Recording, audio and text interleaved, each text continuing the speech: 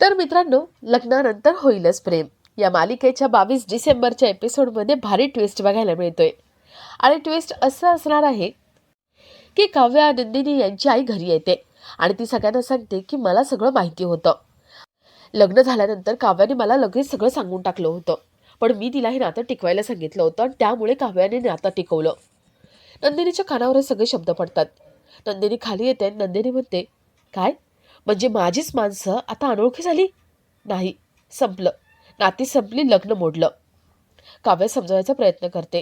काव्या म्हणते, ताई, असं काहीही नाही आहे. अगं, पार्थ अजूनही माझे आहेत आणि जीवा तुझे. जीवाचं तुझ्यावरती मनापासून प्रेम आहे. नंदिनी काही ऐकायला तयार नसते. तर इथे रम्या वसू यांचं मस्त सेलिब्रेशन चालू असतं. दोघी दारू पीत बसलेल्या असतात. वसू म्हणते, रम्या, आजची रात्र ते चौघंही रडून रडून झोपतील, पण उद्याची सकाळ त्यांच्या आयुष्यामध्ये अजूनच वादळ घेऊन येईल. रम्या विचारते, आई, म्हणजे नेमकं काय होणार आहे? वसू म्हणते, बघ ग, उद्याची गंमत काहीतरी वेगळी असेल. त्या दोघी पुन्हा सेलिब्रेट करायला लागतात. तर दुसऱ्या दिवशी पिहू मोबाईल घेऊन बाहेर येते आणि जीवाला आवाज देते. जीवा मानेने विचारतात, काय झाले पिहू? पिहू मोबाईल दाखवते आणि म्हणते, बघ ना दादा, अरे अरे 16 डिसेंबरची रील व्हायरल झाली आहे. जीवा तो मोबाईल बघतो आणि त्याला एकदम धक्का बसतो. आता जीवा, काव्या आपापल्या पार्टनरला समजावायचा कसा प्रयत्न करतात हे बघण्यासारखं असेल. तर या सगळ्याची सुरुवात कशी होते ते थोडक्यात पाहू. तर मालिकेमध्ये आपल्याला असं बघायला मिळतंय की पार्थने स्वतःला कोंडून घेतलेलं असतं. जीवा पार्थला आवाज द्यायला पुढे जात असतो आणि रम्या त्याला बाजूला घेऊन येते. रम्या म्हणते, या पार्थने तुला आणि काव्याला एवढा जीव लावला आणि तुम्ही काय केलं? तुम्ही त्याला जखम दिली, त्याच्या भावना चिरडल्या. एक लक्षात ठेवायचं हा, माझ्या पार्थला काही झालं ना तर मी तुम्हाला सोडणार नाही. पार्थ तुम्हाला एक वेळेस माफ करेल, पण मी कधीच माफ करणार नाही. जीवा म्हणतो, रम्या, काही वेडी झाली आहेस का तू? तू आमच्यामध्ये पडू नकोस, तुझा काहीही संबंध नाहीये. आमचं आम्ही बघून घेऊ. जीवा पार्थला आवाज द्यायला जाणार असतो. रम्या त्याला पुन्हा अडवते. रम्या म्हणते, जीवा, आवाज खाली आणि नजरसुद्धा खाली. यापुढे आवाज आणि नजर दोन्ही पण अजिबात वरती उचलून बोलायचं नाहीये. एवढं सगळं करून सुद्धा तुला लाज नाहीये का? का लाज काव्यासोबत पाठवून दिली आहेस? जीवा गप्प होऊन जातो. मानिनी ओरडते. मानिनी म्हणते, हे काय चालू आहे? गप्प बसा. जीवा रम्याला काहीच भाव देत नाही. तो पुढे येतो आणि दरवाजा ठोकण्याचा प्रयत्न करतो. रम्या त्याला अडवायचा प्रयत्न करत असते. दोघांमध्ये झटापट होत असते आणि तेवढ्यात पार्थ दरवाजा उघडतो. पार्थ म्हणतो, आई, मी ठीक आहे, मी जरा बाहेर जाऊन येतो. मानिनी म्हणते, आता कुठे जातोयस तू? आता अशा मनस्थितीमध्ये कुठेच जाऊ नकोस. पार्थ म्हणतो, नाही आई, क्लायंटचा कॉल आहे, मला महत्त्वाचं बोलायचं, मी जातो. रम्या म्हणते, कुलकर्णींचा कॉल आहे का? मी पण येते. कॉन्फरन्स कॉल मी पण घेते. पार्थ ठीक आहे म्हणतो. रम्या पार्थसोबत जाते. जीवाला वाईट वाटलेलं असतं. जीवा म्हणतो, आई, हे कधी सगळं नीट होईल? मानिनी म्हणते, जीवा, अरे जाऊ देत, सगळं नीट होणार आहे, पण हे मला आधी का नाही सांगितलंस रे तू? मला तरी सांगायला हवं होतंस ना. जीवा म्हणतो, मान्य आहे, मी काही सांगितलं नाही, पण आता नाही हा. नंदिनीला मी आता आणायला चाललो आहे, मी आल्यानंतर बोलतो. मानिनी अडवते. मानिनी म्हणते, अरे नको जाऊस आता. जीवा, अरे तिला धक्का बसलाय, तिला तिचा वेळ दे, ती या सगळ्यातून बाहेर पडेल. जीवा म्हणतो, नाही आई, ती मला मिस करते. अगं हे घड्याळ वाजत होतं. हे घड्याळ आहे ना, तिने बटन दाबलं तर इकडे माझ्या इथे वाजणार, म्हणजे तिला माझी आठवण येते. मी जातो पटकन.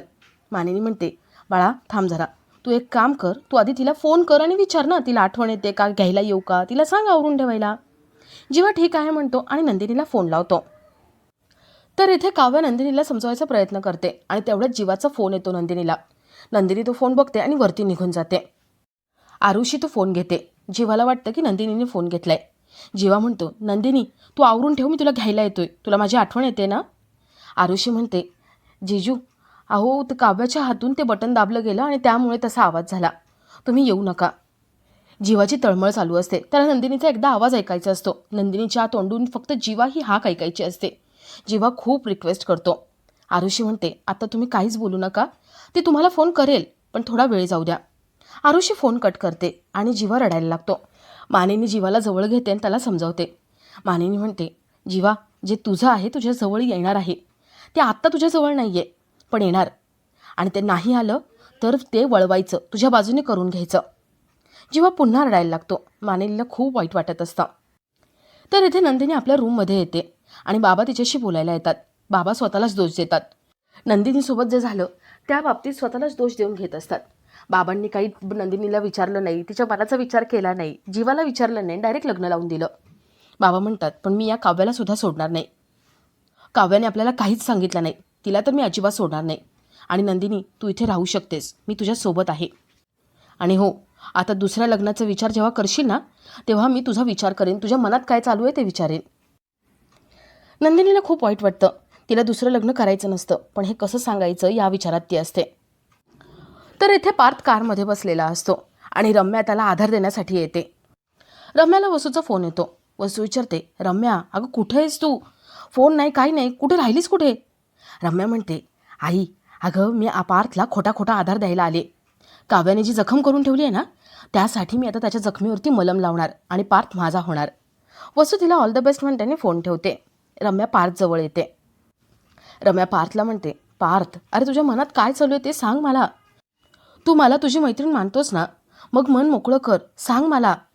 असं मनातल्या मनात कुडत बसू नकोस रे. पार्थ थोडा विचार करतो आणि रम्याला विचारतो, रम्या तुझं अजूनही माझ्यावर प्रेम आहे? रम्या खूप खुश होते. तिचा स्वतःवर विश्वास बसत नाही. पार्थ चक्क आपल्याला लग्नाबद्दल विचारतोय. एवढ्या लवकर त्याने आपल्याला ही मागणी घातली आहे. रम्या खूप खुश झालेली असते. तर इथे काव्या रडत बसलेली असते आणि आरुषी तिला धीर देत असते. बाबा काव्याकडे येतात आणि काव्याला दोष द्यायला लागतात. काव्याने आधी काहीच सांगितलं नाही म्हणून तिला खूप ओरडत असतात.